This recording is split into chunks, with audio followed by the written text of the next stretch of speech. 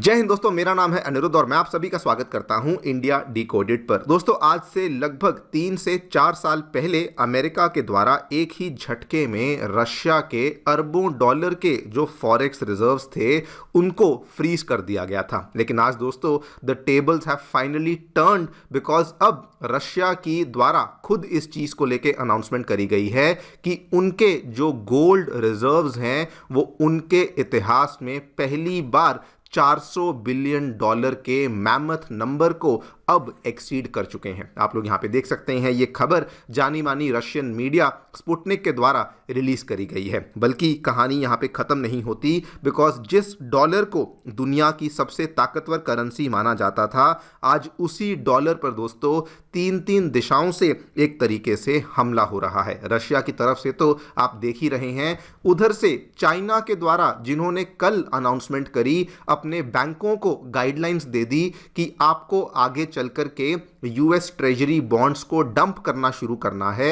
उसका जो market reaction है वो ऑलरेडी हमें दिखना शुरू हो गया। बिकॉज आज मॉर्निंग में अगर आप देखें तो US dollar index, US dollar का वो वाला सूचकांक जिसके माध्यम से यूएस डॉलर की स्ट्रेंथ को नापा जाता है, वो लगातार दोस्तों गिरता जा रहा है। आप लोग यहां पे देख सकते हैं, ये वाला जो यूएस डॉलर इंडेक्स है ये 97 के नीचे आया हुआ है। और बहुत ही सिंपल भाषा में आपको बताऊं तो ये वाला इंडेक्स 100 से जितना भी नीचे रहता है, अमेरिकी डॉलर उतना ही कमज़ोर माना जाता है। और ये अपने आप में अमेरिकी डॉलर के लिए बहुत बड़ा सेटबैक मैं कहूँगा। बिकॉज इसके पहले अगर आप देखें, पिछले ही हफ्ते की खबर है, जब यूएस डॉलर का ये वाला जो इंडेक्स है ये 96 के भी नीचे जा चुका था।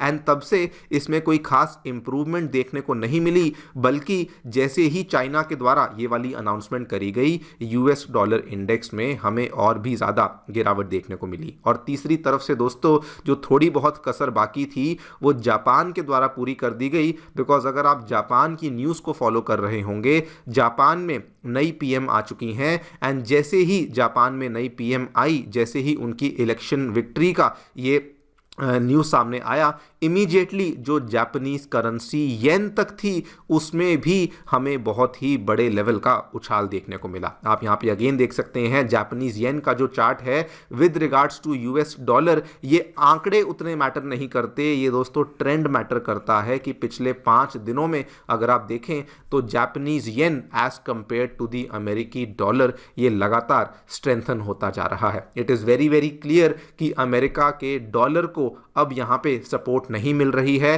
फिर भले वो रशिया हो, वो अपने तरीके से डाइवर्सिफिकेशन करने में लगा हुआ है, फिर भले वो चाइना हो, वो अग्रेसिवली यूएस बॉन्ड्स को डंप करने में लगा हुआ है। और बल्कि अब तो जापान की तरफ से भी अमेरिकी डॉलर को टक्कर दी जा रही है। इसी पूरी डेवलपमेंट के बारे में हम लोग चर्चा करेंगे, क्या देखने को मिला है, व्हाट हैज़ हैपेंड, क्यों हुआ है, क्या इसके पीछे के नंबर्स हैं और इस पूरी चीज़ के क्या मायने हैं अमेरिका के लिए, उसको भी समझने का प्रयास करेंगे। आइए शुरू करते हैं मेरे साथ। मेरा नाम है अनिरुद्ध। यदि आप लोग हमें फॉलो करना चाहते हैं तो दिए गए टेलीग्राम चैनल के माध्यम से एंड व्हाट्सएप चैनल के माध्यम से ऐसा कर सकते हैं। All right, directly coming to the news, क्या देखने मिला है दोस्तों, जो अमेरिका का डॉलर की करेंसी है उसको मेजर करने के लिए बेसिकली यूएस डॉलर इंडेक्स के चार्ट को देखा जाता है। और ये जो इंडेक्स है इसको मेजर किया जाता है दुनिया की जो बाकी बड़ी बड़ी मेजर करेंसीज हैं उनके अगेंस्ट इसको मेजर किया जाता है कि आखिरकार इसका जो लेवल है वो क्या चल रहा है। बहुत ही सिंपल भाषा में,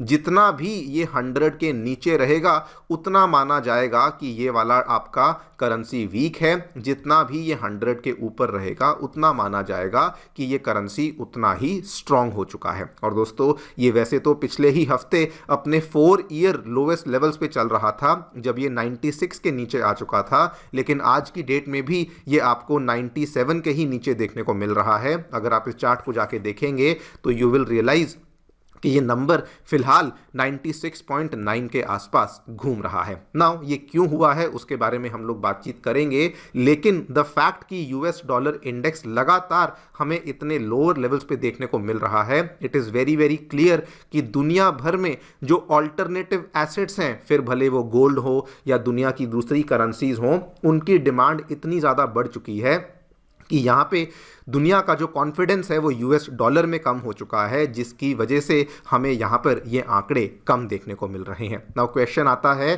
कि सडनली ये हमें इतने कम नंबर्स यूएस डॉलर इंडेक्स में क्यों देखने को मिल रहे हैं। अगर हम यहाँ पे देखें तो इसमें एक नहीं, दो नहीं, बल्कि कुल मिला के 3 बड़े रीजंस हैं। सबसे पहला रीजन तो ऑब्वियसली रशिया ही है। दोस्तों, रशिया की जो सेंट्रल बैंक की फिगर्स हैं, जो कि खुद रशियन मीडिया स्पुतनिक के द्वारा रिलीज करी गई हैं, उन्होंने पहली बार इस चीज को बताया कि इतिहास में अभी तक रशिया के जो ऑफिशियल गोल्ड रिजर्व्स हैं वो कभी भी $400 बिलियन के आंकड़े को क्रॉस नहीं करे थे, लेकिन फाइनली वो $400 बिलियन के नंबर को क्रॉस कर चुके हैं। और दोस्तों, इस पर्टिकुलर नंबर में अगर आप देखें तो गोल्ड की जो क्वांटिटी है वो इतनी सिग्निफिकेंट नहीं है, लेकिन इस पर्टिकुलर नंबर की जो वैल्यू है वो बहुत ज़्यादा सिग्निफिकेंट है। वो इसलिए बिकॉज जिस दिन रशिया यूक्रेन के बीच में टेंशन शुरू हुई थी, उसी दिन दोस्तों वेस्ट के द्वारा एक ही झटके में रशिया के जितने भी फॉरेन करेंसी रिजर्व्स थे या फिर फॉरेक्स रिजर्व्स थे,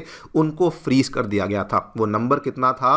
वो नंबर $300 बिलियन से भी ज़्यादा का नंबर था। और इसीलिए ये जो आज $400 बिलियन का आंकड़ा आप देख रहे हैं, ये बहुत ही सिग्निफिकेंट बन जाता है कि इन्होंने जो ये इतना बड़ा स्टेप रशिया के खिलाफ लिया था, रशिया को काउंटर करने के लिए लिया था, today Russia has hit back by saying and showing कि उनके जो गोल्ड रिजर्व्स हैं वो $400 बिलियन के आंकड़े को क्रॉस कर चुके हैं। बल्कि रशिया ने इस नंबर के थ्रू ये भी दिखा दिया है कि इन केस अगर कल को अमेरिका अपनी करेंसी या फिर अपने इकोनॉमिक सिस्टम के माध्यम से सैंक्शंस लगाने की कोशिश करता है, तो उसका भी जो एक तरीके से इलाज है या फिर उसका भी जो सोल्यूशन है वो भी रशिया ने यहाँ पे ढूंढ लिया है कि अब वो आगे चल करके नॉन डॉलर एसेट्स में ही इन्वेस्ट करेंगे, फिर भले उन्हें गोल्ड में ही क्यों इन्वेस्ट ना करना पड़े। और दोस्तों, this is not the only story, because अगर आप इसके साथ देखें तो चाइना, जो कि वैसे तो हम ऑलरेडी जानते हैं कि लगातार यूएस ट्रेजरीज को डंप करने में लगा हुआ था, लेकिन कल दोस्तों चाइना के द्वारा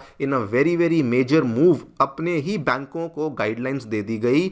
एक्सप्लिसिटली कैटेगोरिकली बोला गया कि या तो आपने यूएस ट्रेजरी बॉन्ड्स को खरीदना नहीं है, और अगर आपने खरीदा हुआ है तो आपने उन होल्डिंग्स के ऊपर कट बैक करना शुरू कर देना है। ये खबर आप देख सकते हैं कल ही सामने आई थी। जैसे ही ये खबर सामने आई, सबसे पहले दोस्तों चाइना की करेंसी खुद जो युआन है उसमें हमें भारी उछाल देखने को मिला। बल्कि रिपोर्ट्स की माने तो बताया गया कि 33 मंथ हायर लेवल्स पे चाइना की करेंसी युआन पहुंच चुकी थी। लेकिन उसका जो रिएक्शन है ये अभी भी हमें देखने को मिल रहा है, बिकॉज यूएस डॉलर इंडेक्स के जो नंबर्स हैं वो अभी भी 97 के नीचे चल रहे हैं। आप यहाँ पे देख भी सकते हैं US dollar index weakens on fair of softer foreign demand, और ये जो नंबर्स हैं अभी भी कंटिन्यूसली कोई इसमें किसी प्रकार की इंप्रूवमेंट देखने को नहीं मिली है। ऑब्वियसली इसके साथ अगर आप देखें तो चाइना खुद भी यूएस ट्रेजरी बॉन्ड्स को डंप करने में लगा हुआ है,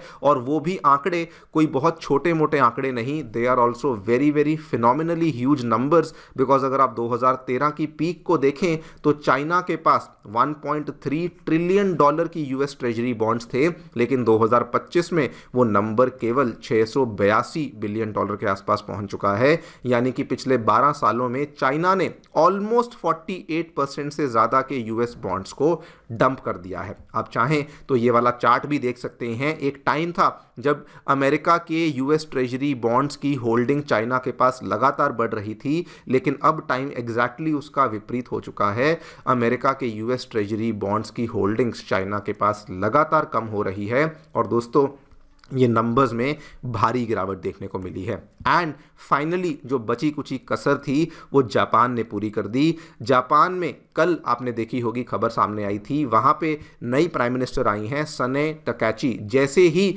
वो वाली यहाँ पे अनाउंसमेंट सामने आई कि उनको उनकी पार्टी के द्वारा एक डिसाइसिव इलेक्शन विक्ट्री को यहाँ पे किया गया है, इमीडिएटली उसके बाद जापान की करेंसी येन में अच्छा खासा उछाल देखने को मिला। हालांकि ये वाला जो उछाल था ये कोई डायरेक्टली डॉलर को टारगेट नहीं कर रहे थे। बेसिकली जो वहां पे उछाल देखने को मिला, जापानीज इन्वेस्टर्स को ये लगा कि अब आगे चल कर के फिस्कल पॉलिसी में मजबूती देखने को मिलेगी और इन्वेस्टर्स की एक्सपेक्टेशंस बहुत बढ़ चुकी थी। इसी वजह से जापान की करेंसी येन, जो कि बहुत सालों से वीकन होती जा रही थी, उसमें उछाल देखने को मिला। लेकिन दोस्तों इसमें भी कहीं ना कहीं एक फैक्टर ये भी है, कई सारे एक्सपर्ट्स ये मानते हैं कि शायद आगे चल कर के जापान अपनी करेंसी को मजबूत करने के लिए कहीं ना कहीं यूएस करेंसी को बेच सकता है, जिसकी वजह से उनकी करेंसी तो मजबूत होगी ही होगी, लेकिन साथ में जो यूएस करेंसी के ऊपर प्रेशर है वो भी यहाँ पर बढ़ सकता है। इसको सिंपल भाषा में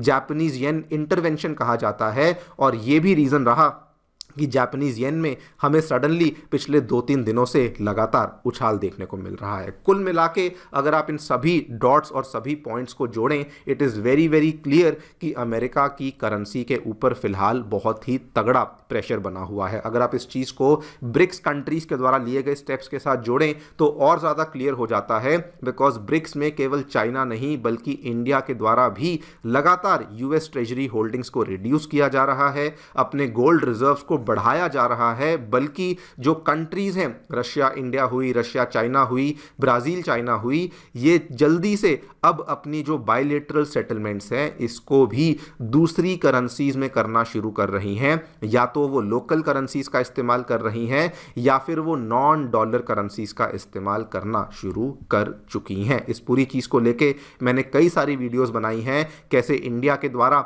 यूएस बॉन्ड्स को कट किया गया है, कैसे ब्राज़ील के द्वारा भी यूएस बॉन्ड्स को यहाँ पे कट किया गया है। एंड दोस्तों ये जो पूरा का पूरा ट्रेंड यहाँ पे हो रहा है, कंट्रीज यूएस बॉन्ड्स को डंप करने के साथ साथ सेंट्रल बैंक्स जो हैं वो गोल्ड की होल्डिंग्स को बढ़ा रहे हैं। आई एम श्योर इसके नंबर्स आपने देख लिए होंगे, लेकिन कई सारी कंट्रीज के पास आज ऐसे नंबर्स हो चुके हैं कि अब उनके जो फॉरेन एक्सचेंज रिजर्व्स में गोल्ड का जो योगदान होता था वो बहुत बढ़ चुका है as compare to the contribution of foreign currency assets, specially the American dollar. It is very very clear कि अमेरिकन डॉलर को लेके अब दुनिया भर में जो कॉन्फिडेंस है वो बहुत ज़्यादा कम हो चुका है। देखते हैं आगे चलकर क्या होता है। आप लोग जो भी सोचते हैं मुझे बताएं कमेंट सेक्शन में। Thank you so much for listening, stay tuned and